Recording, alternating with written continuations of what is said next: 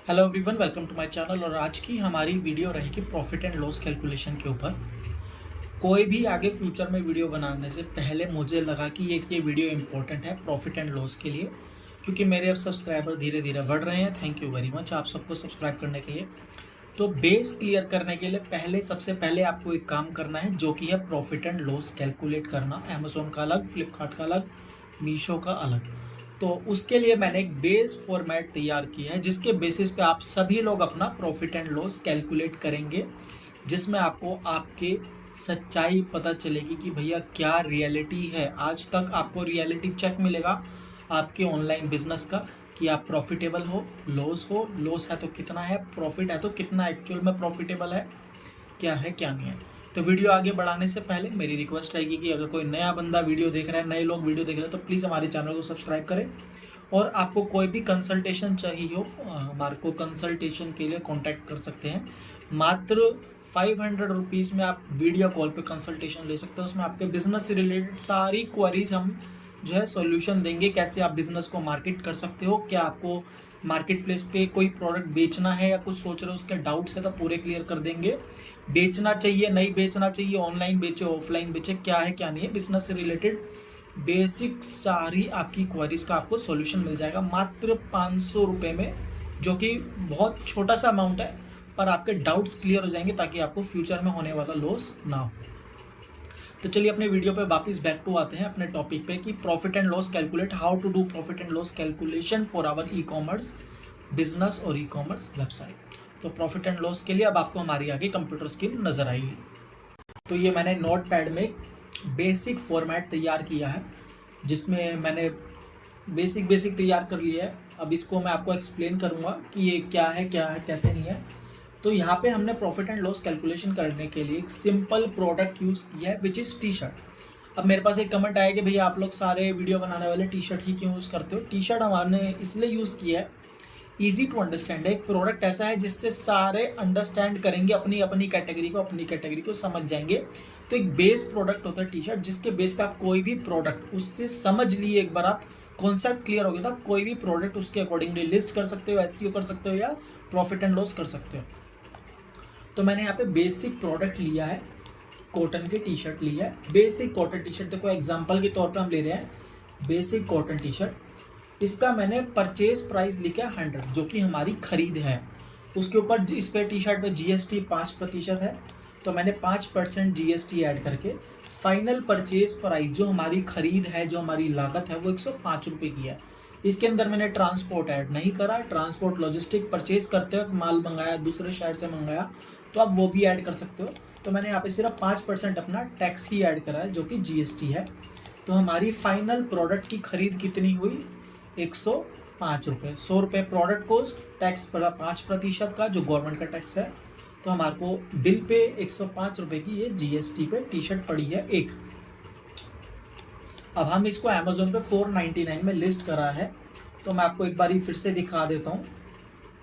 मेरे पोर्टल पे एक बहुत पुराना प्रोडक्ट है, मेरे ख्याल से 5 साल पुराना मैंने कभी लिस्ट किया था टी शर्ट का। तो मैं उन्हें उसी का ही एग्जांपल लिया अमेजोन पे। अगर हम टी शर्ट का 499 में सेल करेंगे तो कितना पे आउट आएगा। अगर मैं इसको 499 करता हूँ और लॉजिस्टिक अमेजोन का ही यूज़ करता हूँ, तो 357 आएगा अप्रोक्सीमेटली पे आउट। तो इसलिए मैंने यहाँ पे जो है सेल प्राइस लिया है 499। Payment after deduction which is sale price जो हमारा 499 है, minus commission, logistic and other FBA charges, handling charges, और भी जिसकी फीस है, सब रेफरल फीस सब इंक्लूड करके हमारे को 499 में अमेजोन का कैलकुलेटर हमारे को 157 का दे रहा था।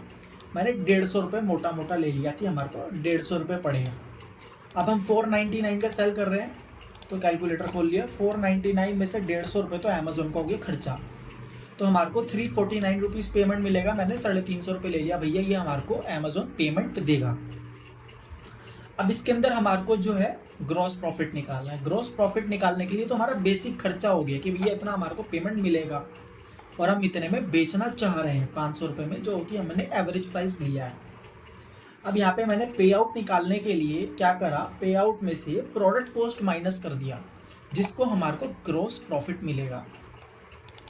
तो हमारे का 350 रुपये का पे आउट आ रहा है अमेजोन से। अब इसके अंदर हमने जो 100 रुपये का माल खरीदा उसकी भी तो लागत है, उसकी भी तो कीमत है। तो जो हमारे को 100 प्लस 5% GST की टी शर्ट पड़ी थी विच इज़ 105 रुपीज़, तो हमने जो है 350 में से 105 माइनस कर दिया, तो हमारा ग्रॉस प्रॉफिट आया 245 रुपीज़। अभी इसको ग्रॉस मत गिनिए, अभी इसको बेसिक प्रॉफिट ही टर्म्स में लेके चलिए कि मोटा मोटा हमारे को 245 रुपीज़ ही बच रहा है अगर हम 500 रुपये में प्रोडक्ट को अपनी 100 रुपये वाली टी शर्ट ही बेचते हैं। इसमें हमने सिर्फ पे आउट के अंदर सभी सिर्फ प्रोडक्ट कॉस्ट काटा भी और कुछ नहीं काटा, बाकी सारा हम डिडक्ट करेंगे।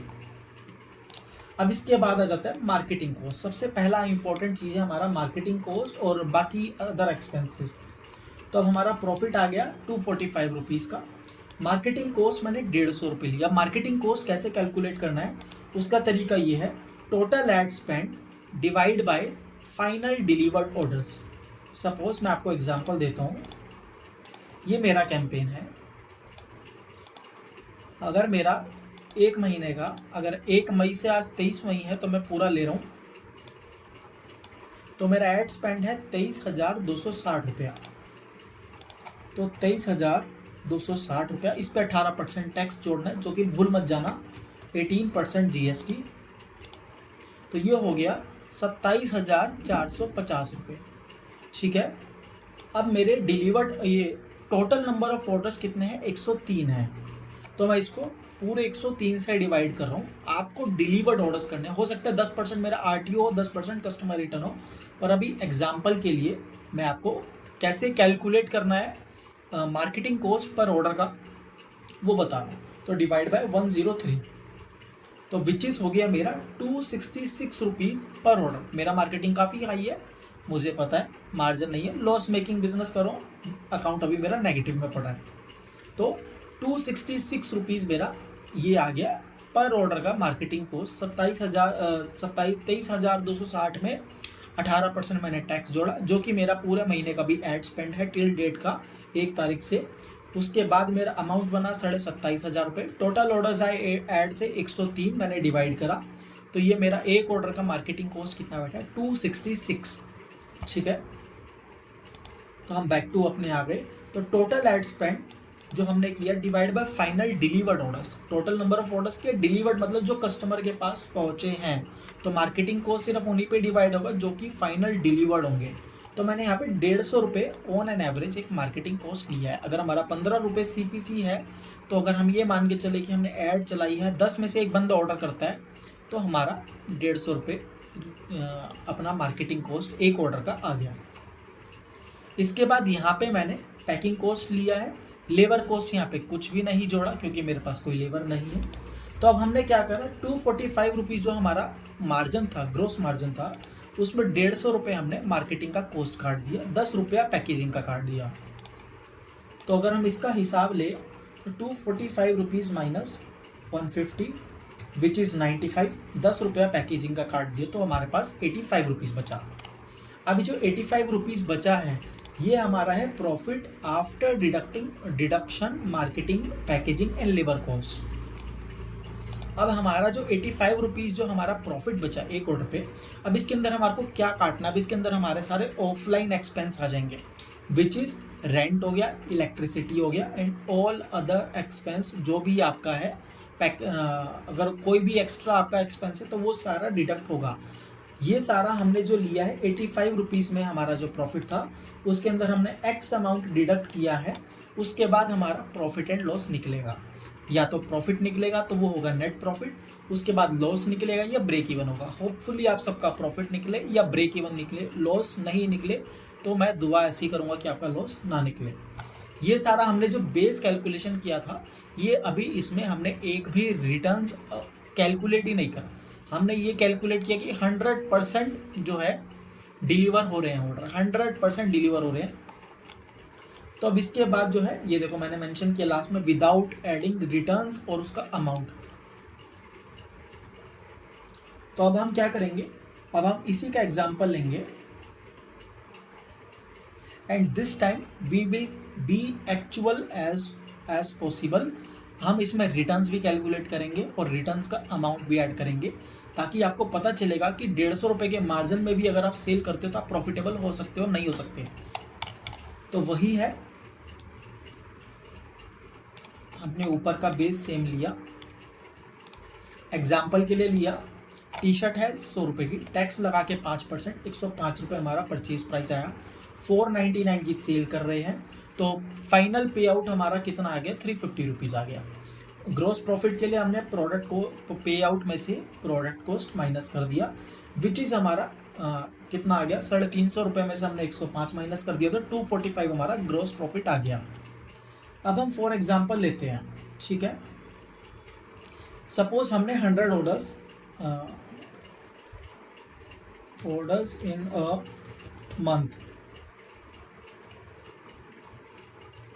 30 डेज का ले रहे हैं, एक मंथ का एवरेज में एग्जांपल ले रहे हैं, विच इज़ 100 ऑर्डर्स आए, ठीक है। अब आप भी कैलकुलेट करना, मेरा थोड़ा ऊपर नीचे हो गया तो आप करेक्ट कर लेना अकॉर्डिंगली, और आप अपने प्रोडक्ट का भी ऐसे कैलकुलेट करना, which is really important and very important अगर आप ऑनलाइन बिजनेस कर रहे हैं या आगे कंटिन्यू करना चाह रहे हैं तो, ठीक है।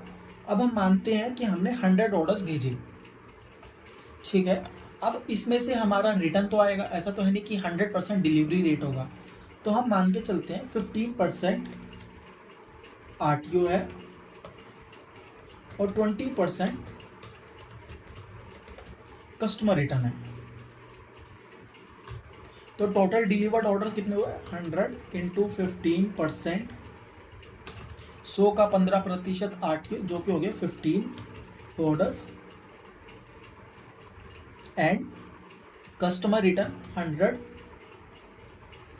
100 इंटू 20%, विच इज 20 ऑर्डर्स, ठीक है। अब हमारे कितने टोटल रिटर्न कितने हुए, 100 minus 20 minus 15, which is equal to 65 हमारे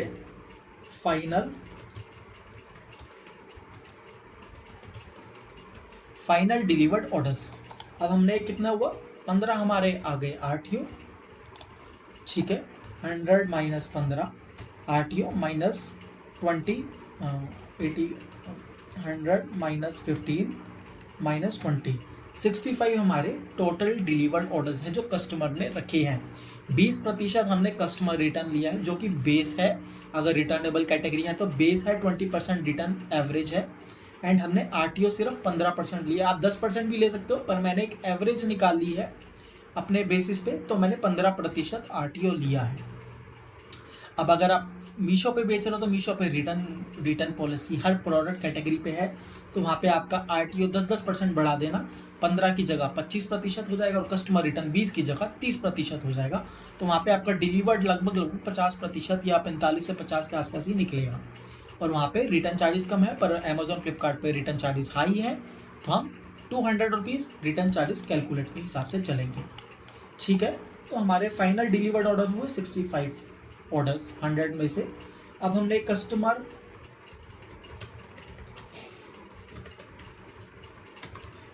रिटर्न के चार्जेस जो हैं, हमारे 20 ऑर्डर आए हैं, इनको हम 200 रुपीज़ एवरेज लेंगे,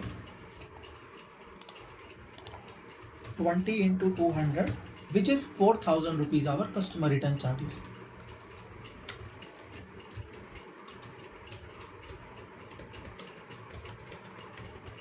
कस्टमर रिटर्न चार्जेस 4000 रुपीज़, तो हमारा कस्टमर रिटर्न हुआ 4000 रुपीज़।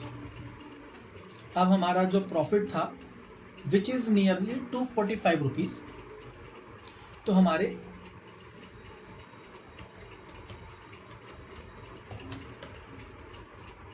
टोटल डिलीवर्ड ऑर्डर्स कितने थे, 65। इसको हम मल्टीप्लाई करेंगे कितने रुपए से, 245 रुपीज़ से।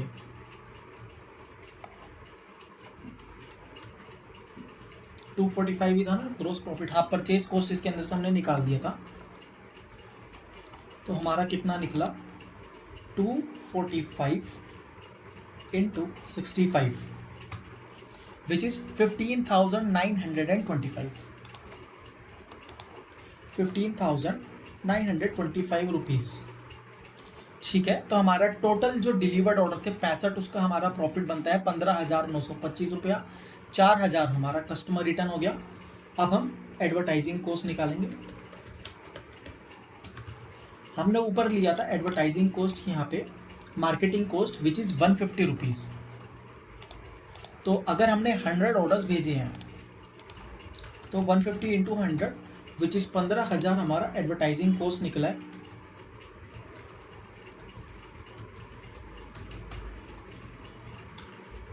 अब ये एडवर्टाइजिंग कॉस्ट क्या है, देखो मैंने एक एवरेज में लिया है, पर आप एक ये बात समझो, सपोज आपने 100 ऑर्डर भेजे और आपके एडवर्टाइजिंग में तो 15,000 पूरे खर्च हो गए, पर वहाँ पे जो ऑर्डर नंबर ऑफ दिखा रहा है वो तो 100 दिखा रहा है, हो सकता है उसमें से कैंसिल हो जाए, पर जो एडवर्टाइजिंग में आपने 100 ऑर्डर भेजे हैं, मतलब मैं अभी ऑर्गेनिक की बात नहीं कर रहा, मैं सिर्फ डेटाबेस की बात कर रहा हूँ। आपको ये पूरे मंथ का कैलकुलेट करना है, एडवर्टाइजिंग के टैब का नहीं करना। पूरे महीने आपने जितने ऑर्डर्स भेजे आपको उस हिसाब से कैलकुलेट करना है। तो हमने 100 ऑर्डर भेजे थे, पर जो 150 रुपये में, मतलब 15,000 रुपये में हमारे को एक ऑर्डर लाने का कॉस्ट 100 रुपये पड़ा। अगर मेरे ज़्यादा ऑर्डर आते तो मैं ज़्यादा काउंट करता। टोटल नंबर ऑफ ऑर्डर्स में तो अपने को रिटर्न माइनस करना है, आरटीओ भी माइनस करना है, कस्टमर रिटर्न भी माइनस करना है, क्योंकि हमारे को जो मार्केटिंग कॉस्ट लगेगा, फॉर एग्जाम्पल मैं आपको एग्जाम्पल के साथ समझाता हूँ कि कॉस्ट पर मार्केटिंग कॉस्ट कैसे निकालना है।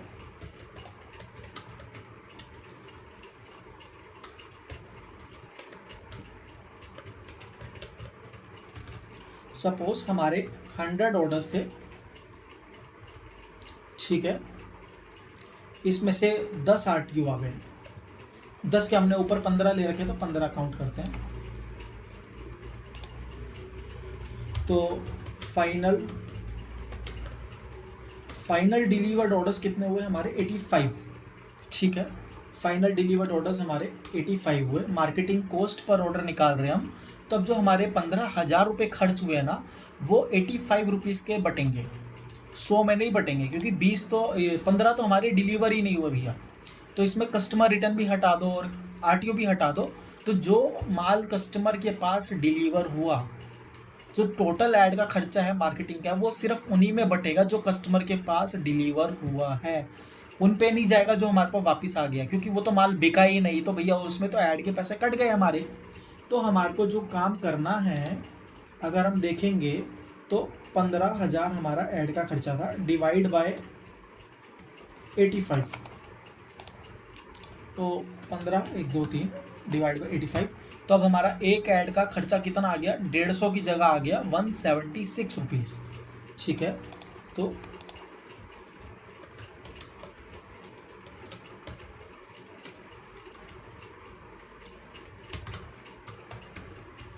₹176 हमारा कॉस्ट पर ऑर्डर आ गया। पर अब इसमें हम रिटर्न ले रहे हैं, तो मैं पूरे महीने का कैलकुलेट कर रहा हूँ, जो कि मैं मंथली बेसिस पे कैलकुलेट करता हूँ, क्योंकि एवरीडे कैलकुलेट करना बेवकूफ़ी है, क्योंकि एवरेज जो है आपका 15 डेज़ या 30 डेज़ का ही कैलकुलेट करना बेटर है।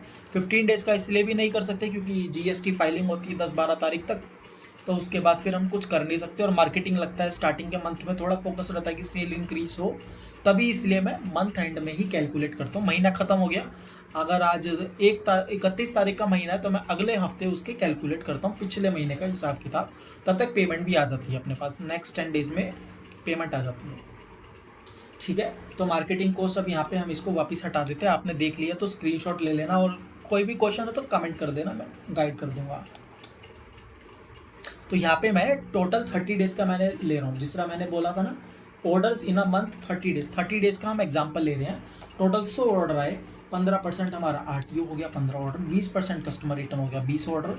टोटल रिटर्न ऑर्डर हमारे पास हो गए क्या कहते हैं, हमारे पास टोटल रिटर्न ऑर्डर हो गए हमारे पास 35, और फाइनल डिलीवर्ड ऑर्डर्स हो गए हमारे पास 65।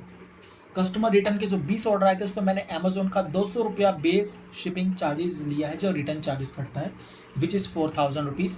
तो हमारे फाइनल डिलीवर्ड ऑर्डर्स जो थे 65 हुए, उस पर मैंने 245 रुपीज़ का जो हमारा प्रॉफिट मार्जिन था वो मैंने ऐड किया है।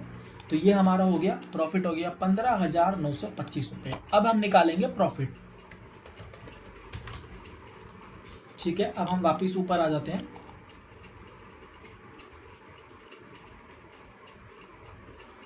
यहाँ पे देखो मैंने बोल रखा है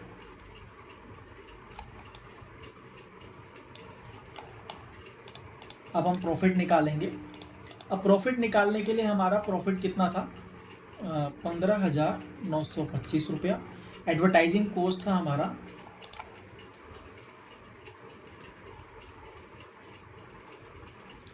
15,000, फ्लैट 15,000 हमने एडवर्टाइजिंग कोस्ट लिया था।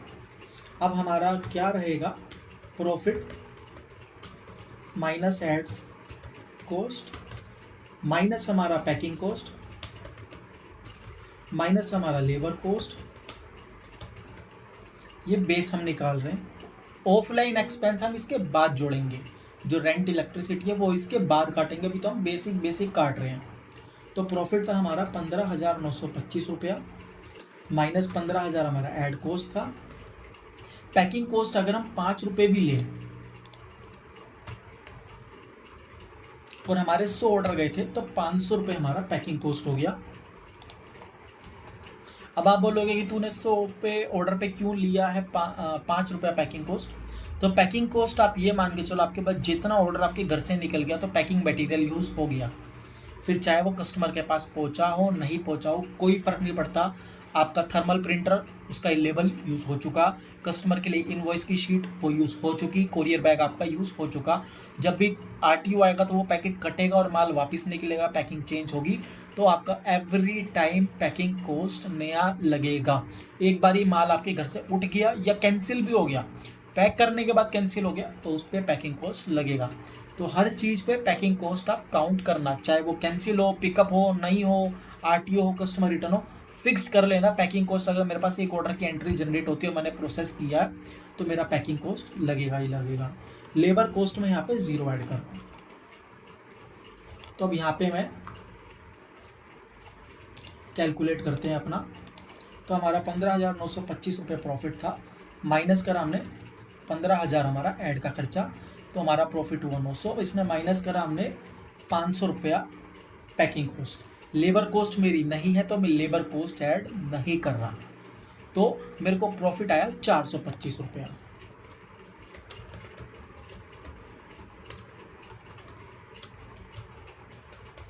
अब 425 रुपया मेरे पास बचा है।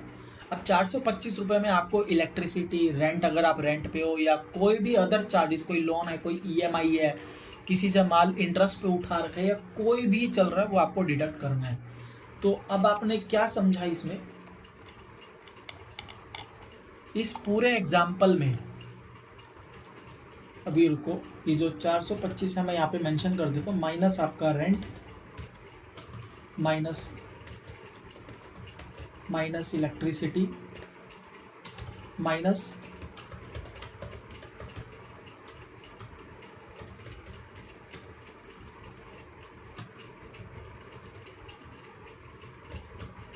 the amount you have is your profit or loss।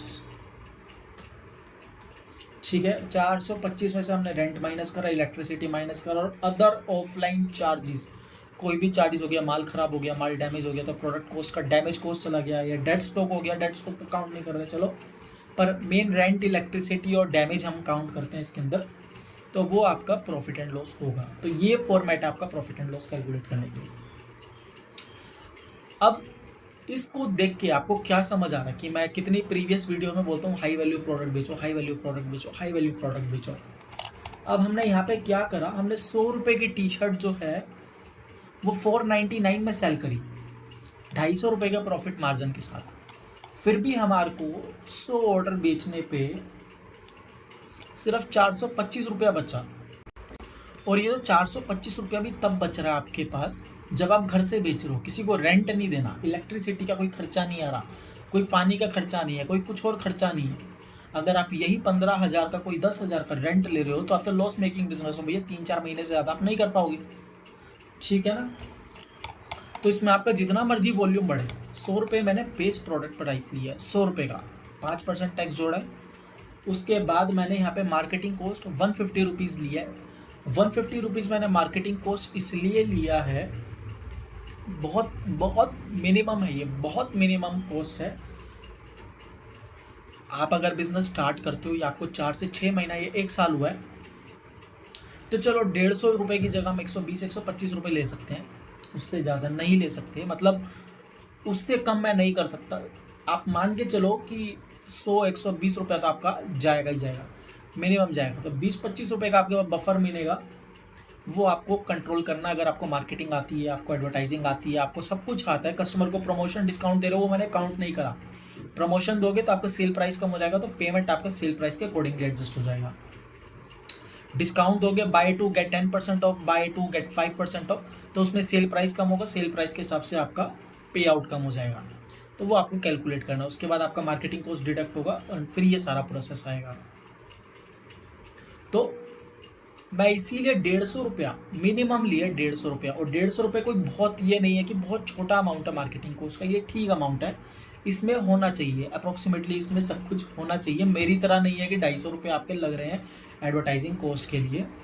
तो मतलब अमेजोन पे मार्केटिंग महंगा है, फ्लिपकार्ट पे थोड़ा सस्ता है, पर उधर कस्टमर रिटर्न चार्जेस हाई हैं। यहाँ पे अमेजोन पे मैंने 200 रुपये एवरेज लिया है, फ्लिपकार्ट पे आपका 250 रुपये से लेकर 300 रुपये के बीच में एवरेज आता है। और फ्लिपकार्ट पे आपका कस्टमर रिटर्न भी काफ़ी हाई है। यहाँ पे तो मैंने सिर्फ 20% लिया है, फ्लिपकार्ट पे हो सकता है आपके कस्टमर रिटर्न 30-35% आ जाए। एंड आरटीओ मैंने सिर्फ यहाँ पे अमेजोन पे कितना परसेंट लिया है, मेरे ख्याल से मैंने 10% आरटीओ लिया है, 15% आरटीओ लिया, विच इज़ फेयर। मतलब 15% हम फेयर ले सकते हैं। फ्लिपकार्ट पे आरटीओ इंक्रीज है, 20% मिनिमम आता है, तो आप फ्लिपकार्ट पे आपका आरटीओ इंक्रीज हो जाएगा। और मीशो पे आप कहोगे कि उधर कमीशन नहीं कट रहा, तो आप वैसे ही लो प्राइस में सेल कर रहे हो, तो मार्जिन आपके पास इतना होगा नहीं। अगर आपके पास अमेजोन पे 250 रुपये का मार्जिन है, तो मीशो पे 250 रुपये का प्रॉफिट मार्जिन नहीं होगा। आपके पास ज़्यादा से ज़्यादा 100, 120, 130 रुपये का प्रॉफिट मार्जिन होगा अगर आप टी शर्ट ही सेल करोगे। क्योंकि 499 में मीशो पे आपको टी शर्ट सेल करने के लिए एडवर्टाइजमेंट में बहुत ज़्यादा पैसा खर्च करना पड़ेगा। तो वो बात यहीं पे है कि यहाँ से घटाया, वहाँ दे दिया, वो रहेगा। और मीशो का आपको पता है कि कस्टमर रिटर्न बहुत ज़्यादा हाई है, डैमेज फ्रॉड वहाँ पे बहुत ज़्यादा है, आरटीओ भी वहाँ पे बहुत ज़्यादा हाई है। तो ये मैंने बेस अमाउंट लिया है कैलकुलेट करने के लिए, सारा की सारा बेस कॉस्ट है। आपको जो है इसके अकॉर्डिंगली लास्ट आज होगी 23 मई, मैं बोलूँगा आप पिछले महीने का कैलकुलेट करो। पिछले महीने का करोगे, फिर उससे पिछले महीने का करोगे, जनवरी, फरवरी, मार्च, अप्रैल, मई, ये 5वां महीना चल रहा है। आप अब मेरे ख्याल से आज फ्राइडे है, हाँ आज फ्राइडे है, आप कल सैटरडे है और परसों संडे है। मैं कोशिश करूँगा वीडियो आज रात तक अपलोड कर दूँ, ताकि कल आप देख लो। और 2 दिन आपको मिलेंगे, आप पिछले 4 महीने का जनवरी, फरवरी, मार्च, अप्रैल उल्टा कैलकुलेट करना स्टार्ट करो। पहले अप्रैल का निकालो, फिर उसके बाद मार्च का निकालो, फिर फेब का निकालो, फिर जनवरी का निकालो। तो पिछले 4 महीने का निकालने के बाद आपको एक आइडिया लग जाएगा कि पिछले 4 महीने की मेरी पोजीशन क्या है, कि मैंने पैसा कमाया है कि मैंने पैसा गंवाया है। जिसके बेसिस पे आप फ्यूचर में होने वाले इन्वेस्टमेंट, आपके बिजनेस पे फ्यूचर में आपकी मार्केटिंग कॉस्ट कंट्रोल करोगे। आपको लगेगा नहीं मैंने लॉस किया है पिछले 3-4 महीने में, तो मेरे को मार्केटिंग में पैसा नहीं डालना, तो आप 50% से मार्केटिंग का बजट आपको ड्रॉप करना है। अगर आप 25,000 रुपये मार्केटिंग में डाल रहे हो, तो 25,000 नहीं डालना, सिर्फ आपको 10 से 12,000 डालना है। ज़्यादा लॉस उठाने की आपकी गुंजाइश नहीं है।